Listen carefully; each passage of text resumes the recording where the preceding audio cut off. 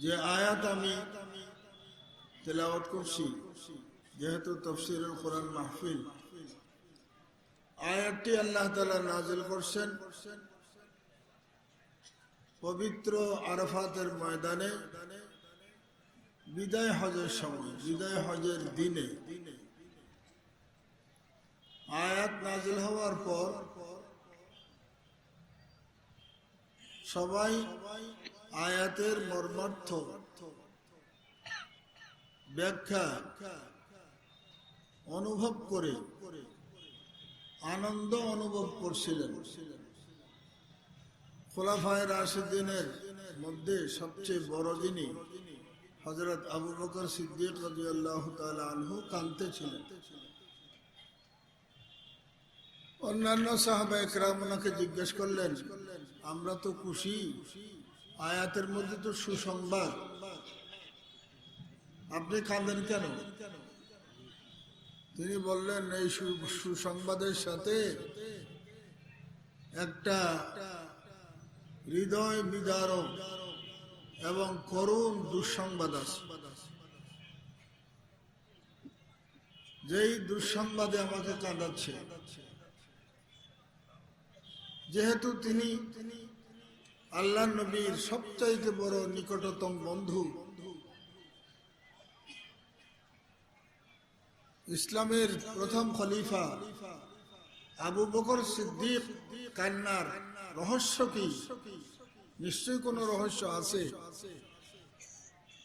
ওনাকে জিজ্ঞেস করলেন, কেন কাঁদছেন? তিনি বললেন, সুসংবাদ আছে, আজকের দিনে আল্লাহ তাআলা দ্বীনকে পরিপূর্ণ করে দিয়েছেন, আল্লাহর নিয়ামতকে সুসম্পন্ন করে দিয়েছেন। ইসলাম এবং মুসলমানের উপরে আল্লাহ তাআলা সন্তুষ্টি ঘোষণা করছেন। তিনটি সংবাদ আমাদের জন্য সুখবর, আনন্দের বিষয়। কিন্তু সেই তিন সুসংবাদের ভিতরে একটা দুঃসংবাদ, যেটা আমাকে কাঁদায়।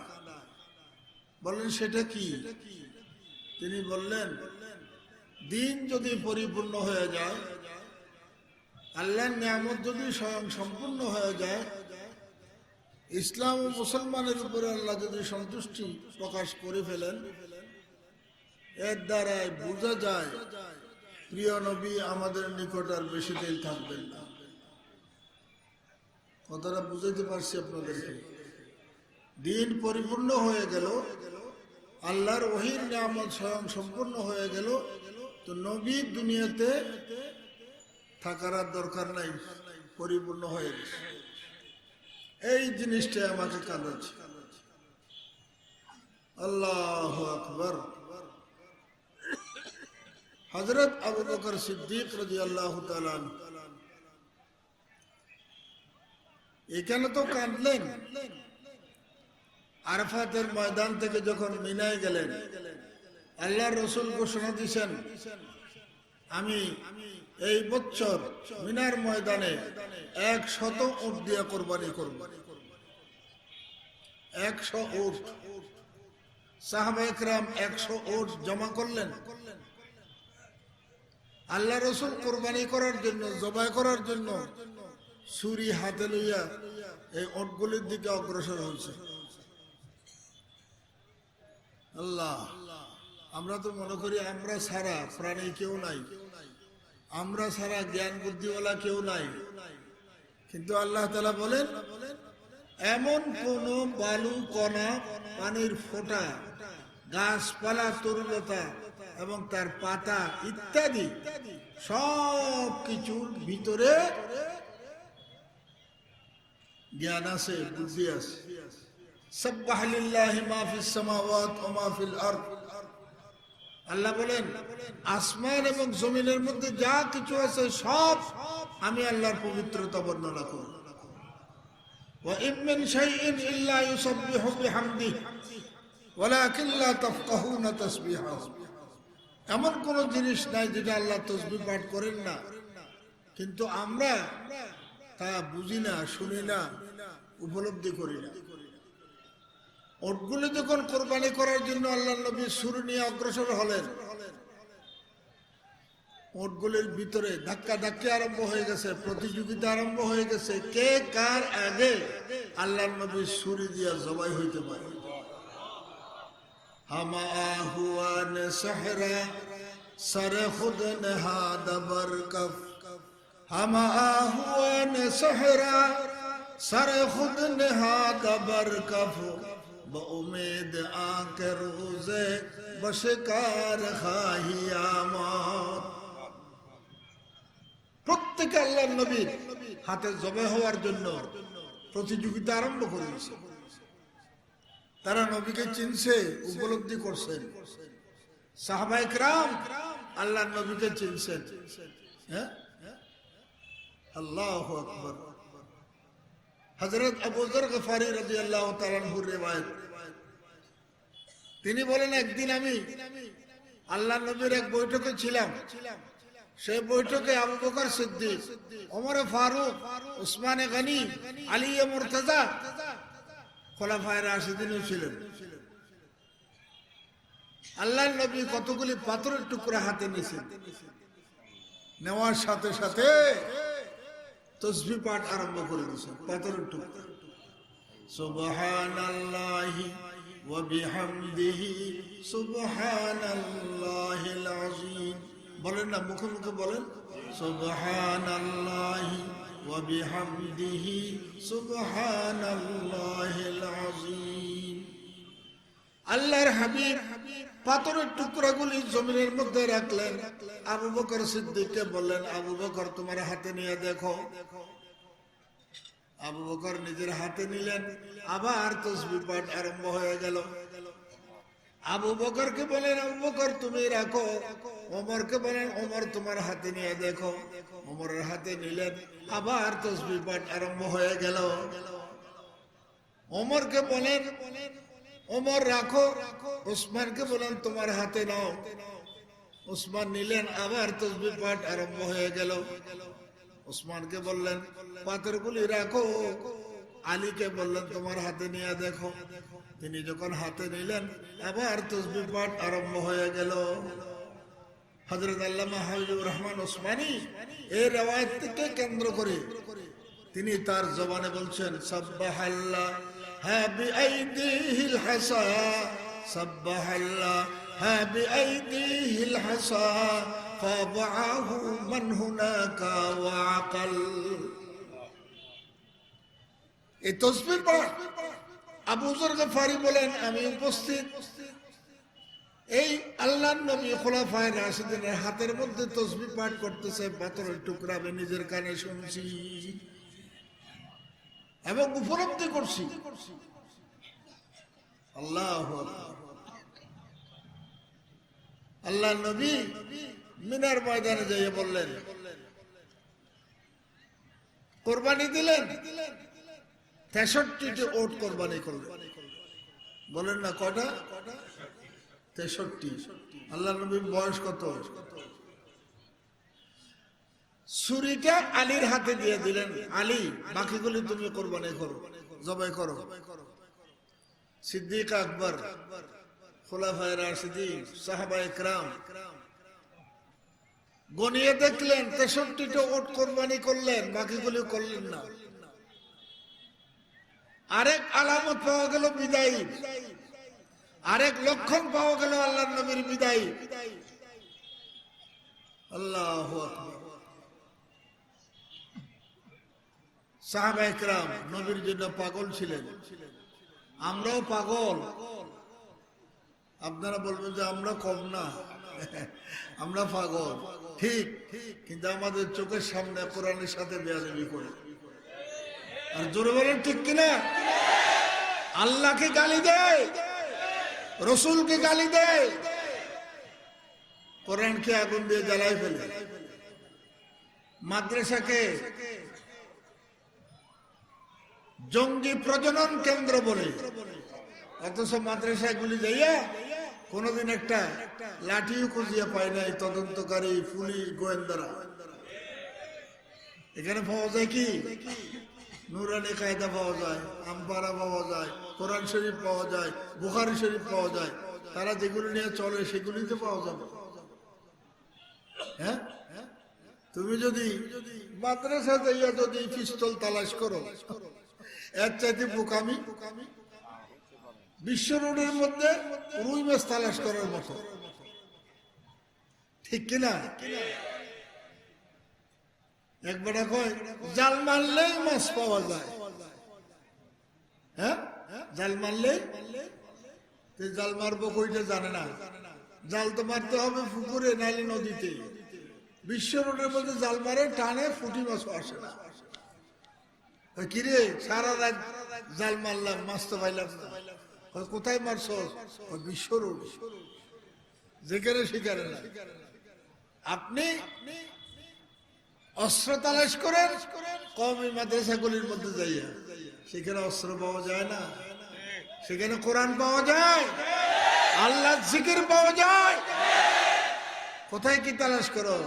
तरसम नरसी बकाबाई आराबी की राह के तुमी रवि बतुर्कुस्ताना। তুমি যদি মক্কা যেতে চাও, মক্কার রাস্তা অবলম্বন করতে হবে। তুর্কিস্তানের রাস্তা ধরিয়া মক্কা পৌঁছা যায়। কত কিছু বর্তমান চলতেছে, বলতে গেলে তো অনেক কথা। হ্যাঁ, আমি আজকে এখানে এসে শুনলাম, বড় আফসোস লাগলো। আমাদের সিলেট জেলার পুলিশ কমিশনার সাহেব তিনি একটা তালিকা শুনাইছেন, যে তালিকার মধ্যে ওলামায়ে কেরামের নাম, এরা এখানে ওয়াজ করতে পারবে না।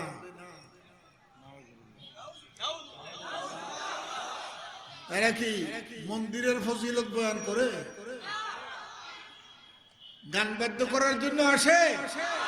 তাইলে কি কারণে বন্ধ করবেন? আপনারা বন্ধ করতে চাইতেছেন, ভুল করতেছেন, মারাত্মক ভুল করতেছেন।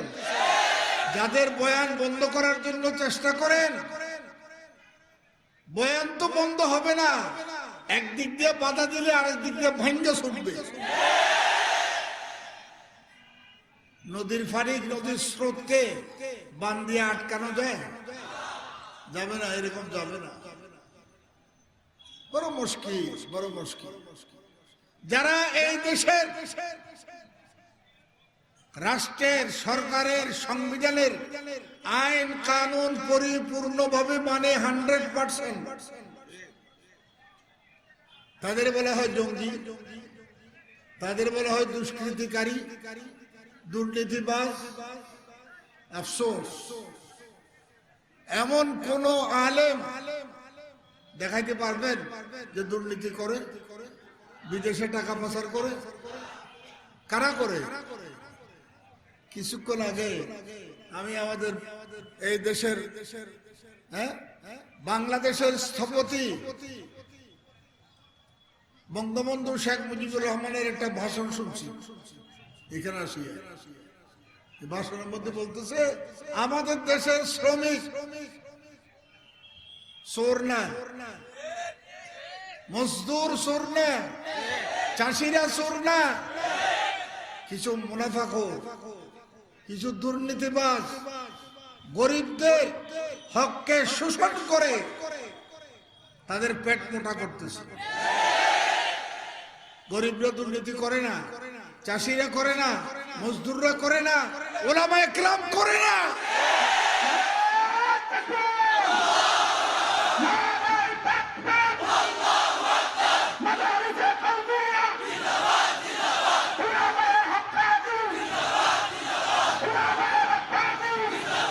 মনে রাখবেন,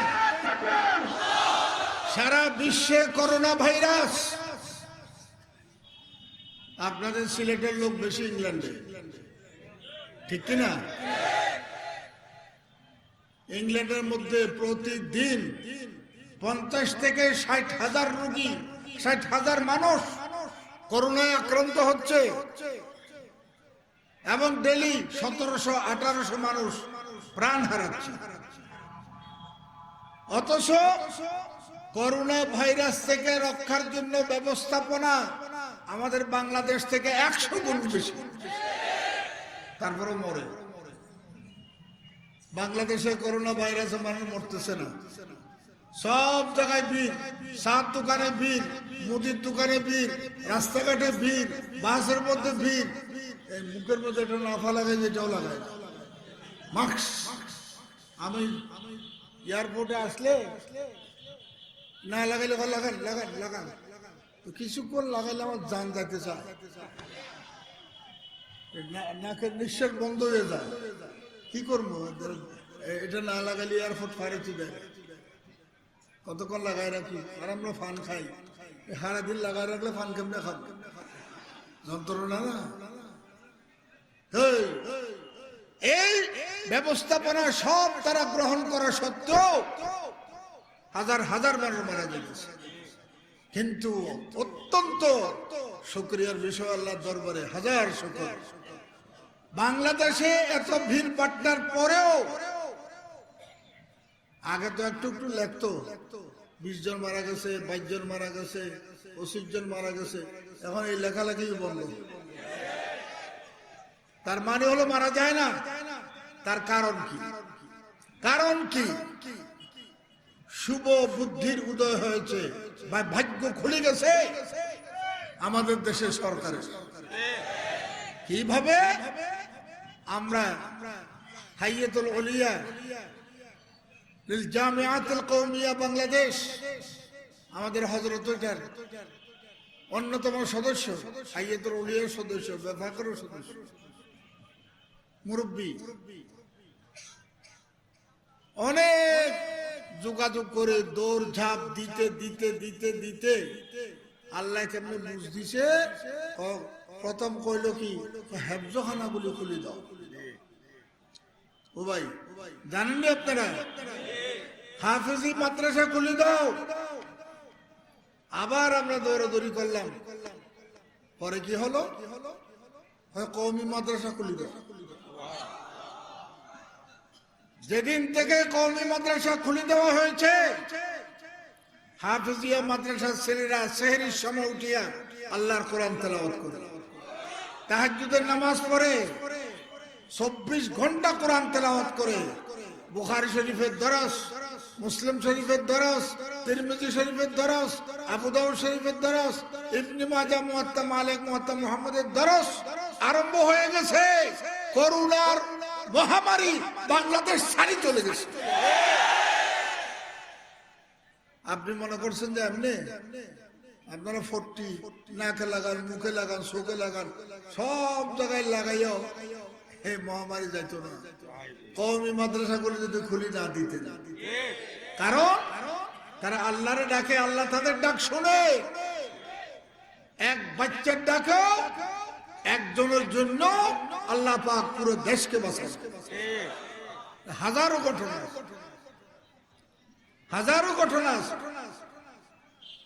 কওমি মাদ্রাসাগুলি খুলে দিয়ে এটার রহমতের কেন্দ্র।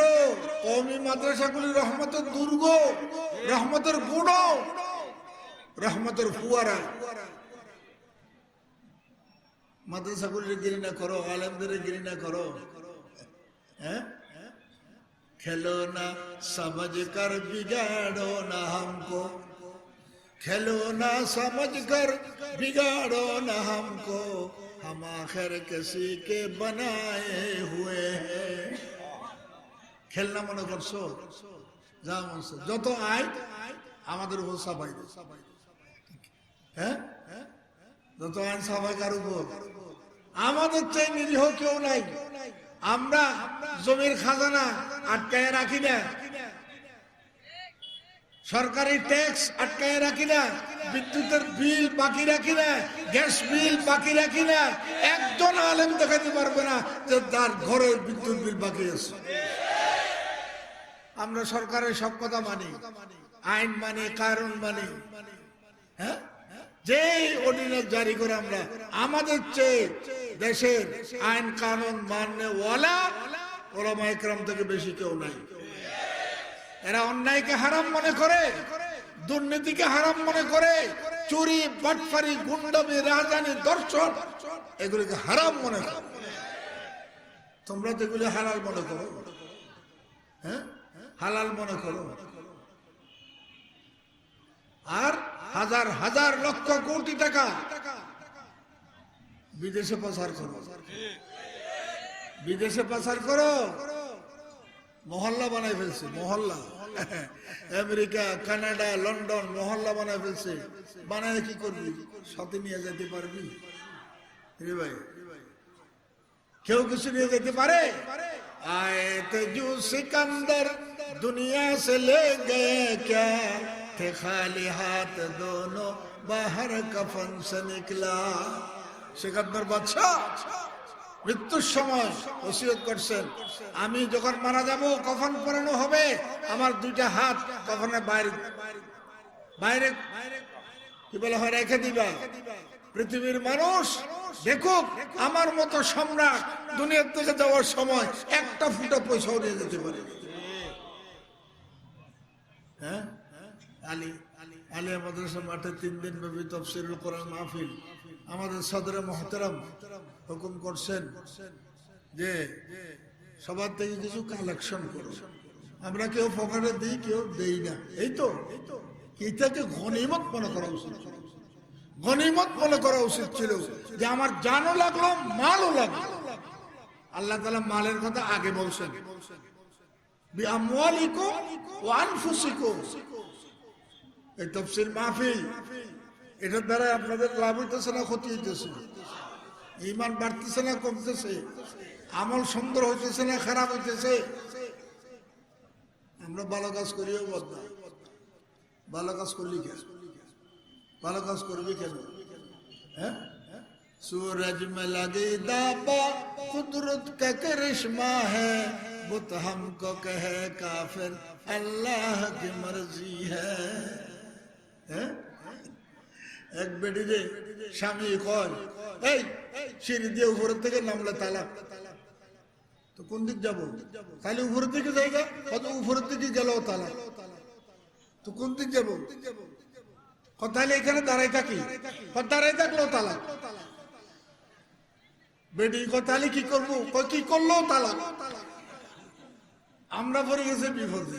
কিরে ভাই, এত কিছু আপনাদের হুকুম, আপনাদের নির্দেশ, এত মানা মানি, তারপরে মোল্লা খারাপ, দাড়ি রাখলেও দোষ, টুপি রাখলেও দোষ, তেলাওয়াত করলেও দোষ, আরবি পড়তে পারবো না, নামাজ বাংলায় পড়ো। এরকম এক দল বাড়িছে, কারা কয়টা হিজবুত তৌহিদ নাকি একটা কইছে না, নাম কি সুন্দর, আসলে কালা নাম রাখছে লাল মিয়া। হিজবুত তৌহিদ না, হিজবুত শয়তান। কে হিজবুত তৌহিদ নাম রাখছে লাল মিয়া, ছেলে কালা। কিরে নাম রাখছে? ও ছেলেটা কালা, নামও যদি কালা মিয়া রাখি তো দেখতে কি অবস্থা, এই জন্য লাল মিয়া রাখছে। চতুর্দিক থেকে ষড়যন্ত্র ইসলামের উপরে, চতুর্দিক থেকে ষড়যন্ত্র ইসলামের উপরে।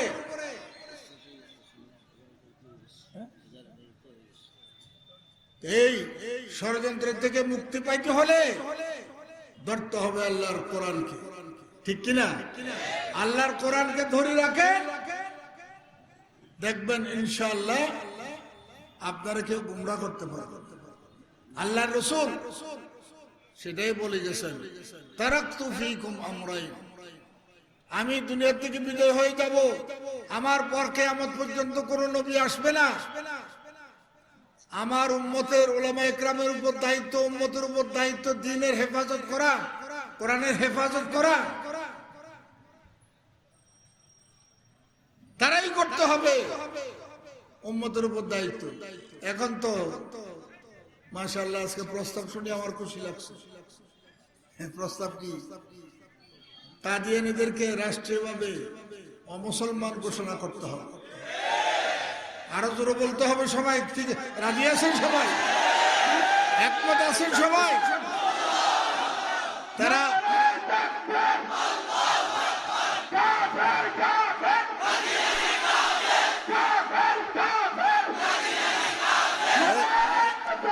ইহুদি ইহুদি খ্রিস্টানদের এজেন্ট গোলাম আহমদ কাদিয়ানি,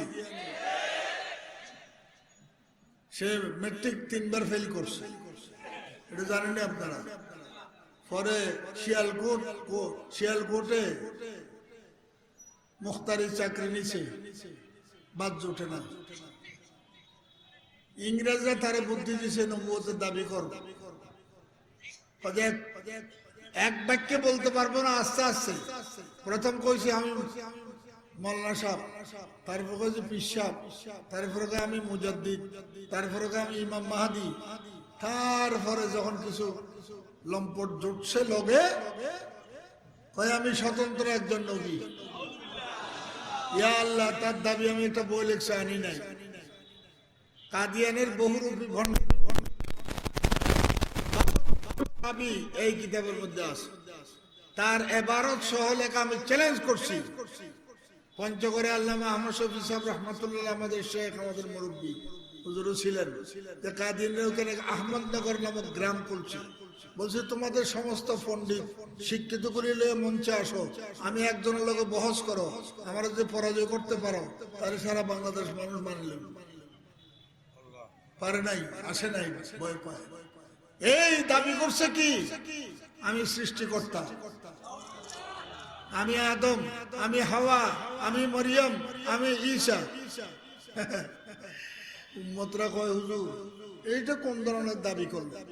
কি আপনি আদম, আপনি হাওয়া, আদম বেড়া, হাওয়া বেডি, মরিয়ম বেডি, ঈসা আলাইহিস সালাম বেড়া, এইটা কি?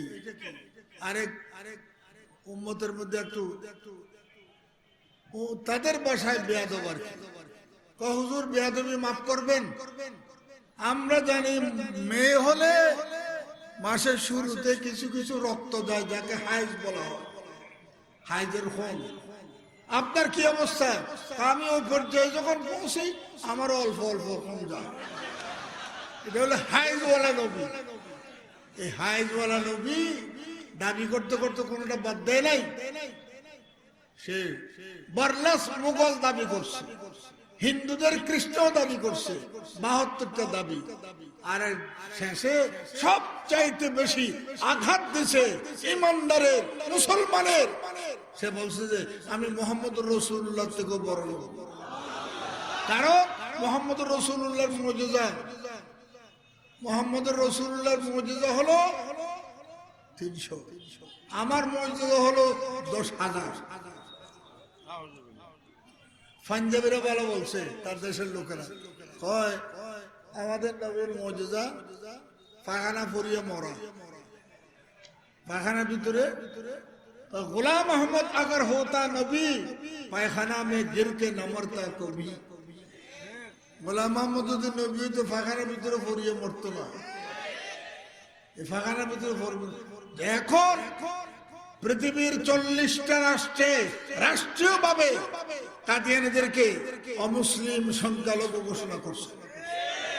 আমরা আজকে 30 বছর যাবত আমার এই দায়িত্ব, আমি ঘুরে ফিরে করে সংসদে যাইয়া, প্রধানমন্ত্রীর কাছে, প্রাইম মন্ত্রী, ধর্মমন্ত্রীর কাছে, স্বরাষ্ট্রমন্ত্রী, পররাষ্ট্রমন্ত্রী, সবার কাছে ধর্ণা দিতে দিতে আজ পর্যন্ত কাদিয়ানীদেরকে রাষ্ট্রীয়ভাবে মুসলিম ঘোষণা করতে পারে নাই সরকার।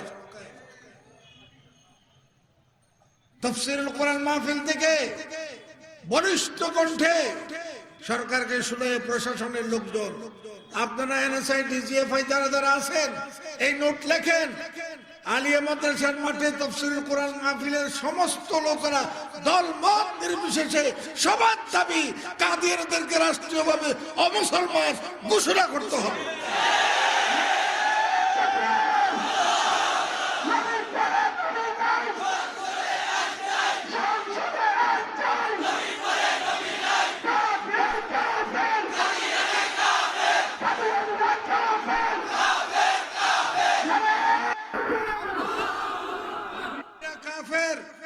এই কথা সন্দেহ করলে সেও কাফের। মক্কা মদিনা শরীফের ইমাম সাহেবকে দাওয়াত করিয়া ঢাকায় মাহফিল করছি ওসমানী মিলনায়তনে। তিনি আমাদের দেশের সরকারকে অনুরোধ করিয়া ডাকিয়ে বলছেন, এই কাদিয়ানীরা পৃথিবীর মধ্যে যত মুসলমানের দুশমন আছে সবচাইতে বড় দুশমন কাদিয়ানীরা। আমাদের রসুলকে আখেরি নবী মানে না, গোলাম মোহাম্মদ কাদিয়ানীকে নবী মানে। তিনি বলছেন আল কাদিয়ানিয়া ফিয়াতুল কাফিরা মান শাক্কা ফি কুফরিহা ফাহুয়া কাফির। কাদিয়ানীরা কাফের, এই কথা যারা সন্দেহ করে সেও কাফের। আমাদের দেশের জনগণের ট্যাক্সের টাকা দিয়ে আমাদের পুলিশ বাহিনীদের বেতন দেওয়া হয়, সেই পুলিশ বাহিনীরা পাহারা দিতে যায় এই কাফের দলকে। আদরের দুলাল হয়ে বাংলাদেশে আছে। তারা চায় বাংলাদেশকে একটা কাদিয়ানী রাষ্ট্রে পরিণত করতে। এই কথা বললে অনেক সময় দরকার। এই যে ভারতে কাশ্মীর একটা দেশ, কাশ্মীরকে কাদিয়ানী রাষ্ট্র বানানোর জন্য ষড়যন্ত্র করেছিল, কিন্তু কাশ্মীরের মুসলমানরা তা হতে দেয় নাই। এখনো পর্যন্ত কাশ্মীরে যে নির্যাতন, এগুলি কাদিয়ানীদের ষড়যন্ত্রের কারণ। তার প্রমাণ যদি কেউ চান আমার কাছে প্রমাণ আছে। এই কাদিয়ানীরা বাংলাদেশে মানুষকে বিভ্রান্ত করতেছে, কাফের বানাইতেছে। তারা আগে বলছিল আমরা গোলাম মোহাম্মদ কাদিয়ানীকে নবী মানি না, ইমাম মাহদী মানি। এইবার তারা পরিষ্কার করে বলতেছে গোলাম মোহাম্মদ কাদিয়ানী কে নবী মানিয়া আমাদের সাথে যোগাযোগ করতে পারেন, আমাদের দলভুক্ত হইতে পারে। আহমদিয়া মুসলিম জামাত নাম এটা, ওই জায়গায় বলছিলাম ছদ্মনাম আহমদিয়া মুসলিম জামাত। যাই হোক, আমি আপনাদের খেদমতে সব চাইতে বেশি জরুরি মনে করতেছি আমাদের ঈমান রক্ষা করার দরকার, আমাদের আমল রক্ষা করার দরকার, আমাদের আকীদা রক্ষা করার দরকার। এই জন্য আল্লামা আহমদ শফী শাইখুল ইসলাম নব্বরাল্লাহু মারকাদাহু হেফাজতে ইসলাম নামে অরাজনৈতিক একটা সংগঠন করিয়েছে। এই সংগঠনের উদ্দেশ্য, লক্ষ্য একমাত্র ইসলাম বিরোধী শক্তির মোকাবেলা করা, বাতিলের মোকাবেলা করা, মুশরিকের মোকাবেলা করা, কুফরের মোকাবেলা করা। কিন্তু এইটা নিয়ে ভুল বুঝাবুঝি হয়, মনে করা হয় এটা বোধহয় রাজনৈতিক দলের মতো একটা দল। আমাদের পক্ষ থেকে পরিষ্কার ঘোষণা, আমরা হেফাজত ইসলাম কাউকে রাষ্ট্রের মঞ্চে বসাইতেও চাই না, নামাইতেও চাই না। এটা আমাদের কাজ না, নির্বাচন আমাদের কাজ না, ভোট আমাদের কাজ না, এমপি হওয়া আমাদের কাজ না, রাজনৈতিক দলগুলির কাজ। হেফাজত ইসলামের উদ্দেশ্য হলো ইসলামকে হেফাজত করা। যেদিক থেকে বাতিল মাথা ছাড়া দিয়ে উঠবে সেটা কষ্টাই দিতে হবে, পিছিয়ে দিতে হবে, ইসলামের বিরুদ্ধে করতে দেওয়া যাবে না। এর মাধ্যমে আমাদের জীবন যাক আর থাক আল্লাহর জন্য, আল্লাহর নবীর জন্য, কোরআনের হেফাজতের জন্য আমাদের জীবন এখন থেকে মরণ পর্যন্ত উৎসর্গ করে দিয়েছে।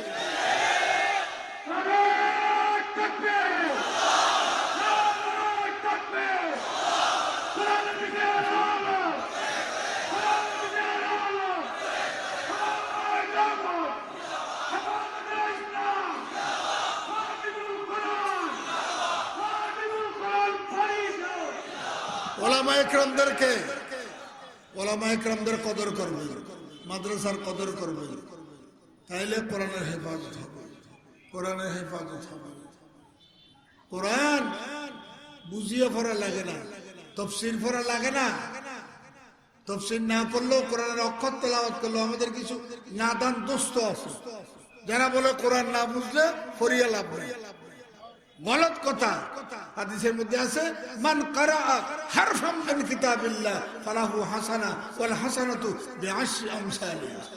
যে ব্যক্তি একটা কোরআনের অক্ষর উচ্চারণ করলো তার জন্য নেকি, কি রকম নেকি? 10 থেকে সমান। কোরআন না বুঝিও তেলাওয়াতের কারণে হাজার হাজার মানুষ হেদায়েত হয়েছে। ছোট্ট একটা ঘটনা বলিও, 2 মিনিটের ভিতরে আমার বক্তব্য শেষ। ইংল্যান্ডের মধ্যে এক সময়, অনেক দিন আগে, একটা অনুষ্ঠান, অনুষ্ঠানের মধ্যে সব ধর্মের লোক দাওয়াত করছে, মুসলমানদেরও দাওয়াত করছে। প্রত্যেকে নিজ ধর্ম সম্বন্ধে কিছু কিছু বক্তব্য রাখবে। সবাইকে সময় দিছে বেশি, মুসলমানের সময় দিছে কি খুব কম, 10 মিনিট 20 মিনিট সময় দিছে, আর মুসলমানদের সময় দিছে মাত্র 3 মিনিট। এখন সবাই বসে পরামর্শ করে কি করা যায়, 3 মিনিটে কিছু বলা যাবে? কেউ বলে বাদ দাও, অনুষ্ঠানে যোগদান করার দরকার নাই। আর কেউ বলে যে না, 3 মিনিট সুযোগ, এইরকম বড় বড় স্কলার উপস্থিত হবে দেশের সারা বিশ্বের সেরা মানুষগুলি, সেখানে কিছু না কিছু করতে হবে। হয় কি বক্তব্য রাখবে 3 মিনিটে? একটা আয়াত তেলাওয়াত করতে তো 3 মিনিট লাগবে। একজনে বুদ্ধি দিল, এক কাজ করো, কিছু বক্তব্যের দরকার নাই, একেবারে আকর্ষণীয় তেলাওয়াত সারা বিশ্বের মধ্যে যে সবচাইতে সুন্দর তেলাওয়াত করে তারা নিয়ে আল্লাহর কোরআনের তেলাওয়াত শুনে ইনশাআল্লাহ এর উসিলে আল্লাহ হেদায়েতের ফয়সালা করে। এই সিদ্ধান্তে সবাই উপনীত হইয়া পৃথিবীর সবচেয়ে ভালো কারি দাওয়াত করে এখানে আনছে। সবাই বক্তব্য দিতেছে। মুসলমানের সময় যখন আসলো, এইবার মুসলমানরা বক্তব্য দিবে, এই কথা ঘোষণা দেওয়ার সাথে সাথে মুসলমানরা কারি সাহেবের সামনে বসাই দিচ্ছে। সেই সময় কারি সাহেবের কানে কানে অনেকে অনেক বুদ্ধি দিছিল। কারি সাহেব একেবারে ইখলাসের সাথে তেলাওয়াত করে, তাইলে হেদায়েতের ফয়সালা হয়ে যাবে। আর হুজুর একটু মধুর সুরে যাতে মানুষ আকৃষ্ট হয়। আর এক বুদ্ধিমান যে কানে কানে কয়, হুজুর আপনি যে তেলাওয়াত করবেন আল্লাহর কোরআন, আপনার সময় 3 মিনিট। প্রোগ্রাম পরিচালক যদি 3 মিনিট পরে আপনাকে স্লিপ না দেয়, কি বলে ওয়ার্নিং না দেয়, আপনি বন্ধ করেন না, চালাই বন্ধ করবেন না, চালাইতে থাকবেন। কারি সাহেব সবার বুদ্ধি কানের ভিতরে লইয়া আল্লাহর নাম লইয়া তেলাওয়াত আরম্ভ করছে। কারি সাহেব গরিব দিকে নজর করে, দেখা যায় 3 মিনিট গেছে গা, খবর নাই। 3 মিনিট গেল খবর নাই, 5 মিনিট গেল খবর নাই, 10 মিনিট গেল খবর নাই, 15 মিনিট গেল খবর নাই, আধা ঘন্টা গেল খবর নাই, 1 ঘন্টা গেল খবর নাই। সরাসরি 1.5 ঘন্টা তেলাওয়াত করে যখন হয়রান হয়ে গেছে, সাদাকাল্লাহুল আযীম, বন্ধ করছে। বন্ধ করার পরে এখন প্রোগ্রাম পরিচালকরা একজন আরেকজনের দিকে দেখে, পরিচালককে বলে, কিরে মিয়া 3 মিনিটের জায়গায় 1.5 ঘন্টা গেল, তুই কই আসলি?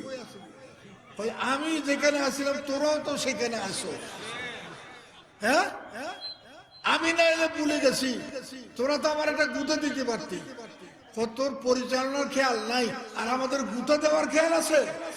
তুই যেমন পাগল হয়ে গেছিস কোরআন শুনে, আমরাও পাগল হয়ে গেছি। মস্ত আশিক মস্ত মাশুক হাম আন্দর রাজ খো,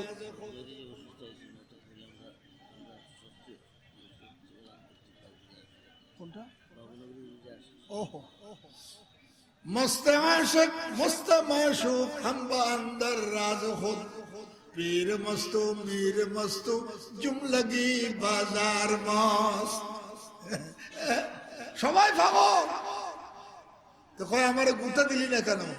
কয় আমরাও তো বেহুশ। আল্লাহর কোরআন শুনিয়া পুরা মজমা বেহুশ হয়ে গেছে। জমালে হুসনে কুরআন জানে জানে হর মুসলমান है, जमाले हुस्न कुरआन जाने जाने हर मुसलमान है, कमर है चांद औरों का हमारा चांद कुरआन है। পৃথিবীর সূর্য পৃথিবীকে আলো দান করে। ও মুসলমান ভাইরা, মানব জাতির অন্ধকার কলবের মধ্যে আলো দানকারী আর কোন বস্তু নাই, কোন সূর্য নাই, চাঁদ নাই, একমাত্র আল্লাহর কোরআন। আল্লাহর কোরআনের আলোতে অন্তর আলোকিত হয়। এর চাইতে বড় আর কিছু না। আলা বিযিকরিল্লাহি তাতমাইন্নুল কুলুব। আল্লাহ জিকির সবচাইতে বড় জিকির আল্লাহর কোরআন। এই জন্য শুধু ঘটনা এখানে শেষ নয়, ওই অনুষ্ঠানে পৃথিবী বিখ্যাত 50 জন খ্রিস্টান মুসলমান হয়ে গেছে। তারা কোরআন বুঝিয়ে মুসলমান হয়েছে না তেলাওয়াত শুনিয়ে। কোরআনের জন্য পাগল, তেলাওয়াতের জন্য পাগল, আবু জেহেলও পাগল, আবু লাহাবও পাগল। মুসলমানরা তাহাজ্জুদে নামাজ পড়ে কোরআন তেলাওয়াত করে, চুরি করিয়া আবু জেহেল শুনে, আবু লাহাব শুনে, ফিরিয়ে আসার সময় এক কাফেরের লোক আরেক কাফেরের দেখা হয়, আবু জেহেল জিজ্ঞেস করে, আবু লাহাব কই গেছিলি? কয় স্যার আপনি কই গেছিলেন? বড় স্যার কয় কোরআন শুনতে গেছিলাম। আমিও গেছিলাম। তুই আমি কাফেরের সর্দার, আমরা যে রাত্রে চুরি করে কোরআন শুনি, এই কথা যদি মহল্লার লোকেরা জানে, আমাদের কাফের দলেরা জানে, তারাও কোরআন শুনবে, সবাই মুসলমান হয়ে যাবে। ওয়াকাল আল্লাযীনা কাফারু লা তাসমাউ লিহাযাল কুরআন। 50 জন মুসলমান হয়ে গেল। এই কোরআনের মাহফিল, এই কোরআনের মাহফিল যতদিন যাবত আপনারা বাঁচি থাকেন, ইনশাআল্লাহ তাআলা এটা চলবে চলবে চলবে। সবাই সহযোগিতা করতে রাজি আছেন কিনা জোরে বলেন। আজকে এখানে আল্লামা জুনায়েদ বাবুনগরী সাহেব, আমাদের হেফাজত ইসলামের আমির, বহু বড় আলেম, বহু বড় আলেম। আমাকে বড় ভাই ডাকে, আমি ওর ছোট ভাই ডাকি, কিন্তু এখন আমার মহাসচিব বানিয়ে ও বড় হয়ে গেছে, আমি ছোট হয়ে গেছি। আমির বড় না, মহাসচিব 2 নম্বর। যাই হোক, ঢাকা আসছিলেন আমাদের হযরত, বহুত চেষ্টা করছেন। আসলে বাইর হইয়া, হাসপাতাল থেকে বাইর হইয়া নিরুপায় হইয়া ঢাকা আসছে। কেন্দ্রীয় কমিটির বৈঠক ছিল। আমি দেখি আমার কথাই বলতে মানে মনে চায় না, বিরক্ত হয়ে যাব। নিজের পাগুলি নষ্ট হয়ে গেছে, রিমান্ডে থাকি, জেলখানায় থাকি। উনি অসুস্থতার কারণে ইনকার করছেন, মোল্লারও জড়াই ধরছেন, বলছে আমার আল্লাহর ওয়াস্তে মাফ করবেন, আমার সবাইকে সালাম জানাবেন, ইনশাআল্লাহ আল্লাহ হায়াতে বাঁচে থাকলে পরবর্তী তাফসীরের কোরআন মাহফিলে যোগদান করব। ওনার জন্য আমি দোয়া চাই। আল্লামা জুনায়েদ বাবুনগরী হাদিস জগতের বর্তমান বাংলাদেশের সম্রাট। মুফতি ইউসুফ বিন নুরি রাহমাতুল্লাহ আলাইহি শেষ জীবনে একটা ভাণ্ড পাইছে, এই ভাণ্ডটা ভরে দিছে, হাদিসের ইলম তার ভিতরে ঢুকাই দিছে। আল্লাহ দিলে আমি সেদিন বাবুনগরও বলছি, গেছিলাম, সব দিক দিয়ে ভালো। আল্লাহ মাহমুদ শফি সাহেবের ঘোষণা, যেদিন বুখারীর দরস দেওয়ার জন্য তারা নিয়ে গেছে দারুল হাদিসে, বলছে জুনায়েদ বাবুনগরীকে হাদিস পড়াইতে তোমাদের সামনে বসাই দিলাম। যদিও আমার ছাত্র, আমার চেয়ে বেশি লায়েক, আমার চেয়ে বেশি উপযুক্ত। আমি কোরআনের হাফেজ না, জুনায়েদ কোরআনের হাফেজ। তার নসলও অনেক বড়। তার নানার বাবা সুফি আজিজুর রহমান সাহেব হাটহাজারী মাদ্রাসার বানী ইন্দের একজন, তার বাবা তনজিমুল আশতাদের মুসান্নিফ, যেই কিতাব সারা ভারতবর্ষের মধ্যে চলতেছে। হযরত মোল্লা আবুল হাসান সাহেব রাহমাতুল্লাহি আলাইহি, তার সাহেবজাদা, তার জন্য দোয়া করেন। আল্লাহ পাক পরওয়ারদিগার তার জনপ্রিয়তা, তার দক্ষতা, তার দূরান্দেশী, এগুলো যাতে মাধ্যমে হেফাজতে ইসলাম নামক যে অরাজনৈতিক সর্ববৃহৎ সংগঠন, মহানগর একটা কমিটি 10 জনে 5 জনে করলে চলে, সেটাতে 113 জন, কেন্দ্রীয় কমিটির মধ্যে 201 জন। আরো কতজন আফসোস করতেছে আমার নামটা রইল না। এইরকম জেলা কমিটি গঠন করতে গেলেও কে এখানে 17 কাছাকাছি হোক। যাই হোক, আজকে তাফসীরুল কোরআন মাহফিল আমি আসি, আমাকে আমি ধন্য মনে করছি। আমার মহতরম, উনি আমাদের সিনিয়র হাটহাজারী মাদ্রাসার সেই জমানার নম্বর আউয়াল ছাত্র, সেই জমানার নম্বর আউয়াল ছাত্র। আল্লাহ তাআলা দরগা মাদ্রাসার এখন জিম্মেদার। এই আজকের এই মহাসম্মেলনের কি বলা হয়, উনি সভাপতি, আবার হেফাজতে ইসলাম বাংলাদেশের সিলেট জেলার সভাপতি। সব কিছু আল্লাহ তাআলা দান করছেন। এখন নিয়ামত তো আপনাদের কাছে আছে, এখান থেকে মধু বাসা দিয়ে দিছে, মধু সংগ্রহ করা আপনাদের দায়িত্ব। সংগ্রহ করার জন্য সবাই রাজি আছেন তো ইনশাআল্লাহ তাআলা? কোন সময় ডাক দিলে দল মত নির্বিশেষে আমি দেখছি। ফ্রান্সের বিষয়ে যে বিশাল সম্মেলন এবং মিছিল করছেন আপনারা, আমি তো মনে করছি এটা কি সিলেট না ঢাকা শাপলা চত্বর, এরকম মনে করছিলাম। সেরকম হয়েছে। এরকম এক একজন আলেম দুনিয়াতে আল্লাহ রাখেন, বিদায় হয়ে গেলে একটা জাহানের মৃত্যুর সময়, মওতুল আলেমে মওতুল আলেম। আল্লাহ পাক পরওয়ারদিগার ওনার জন্য দোয়া করব, হায়াতে তাইয়্যিবা দান করুন।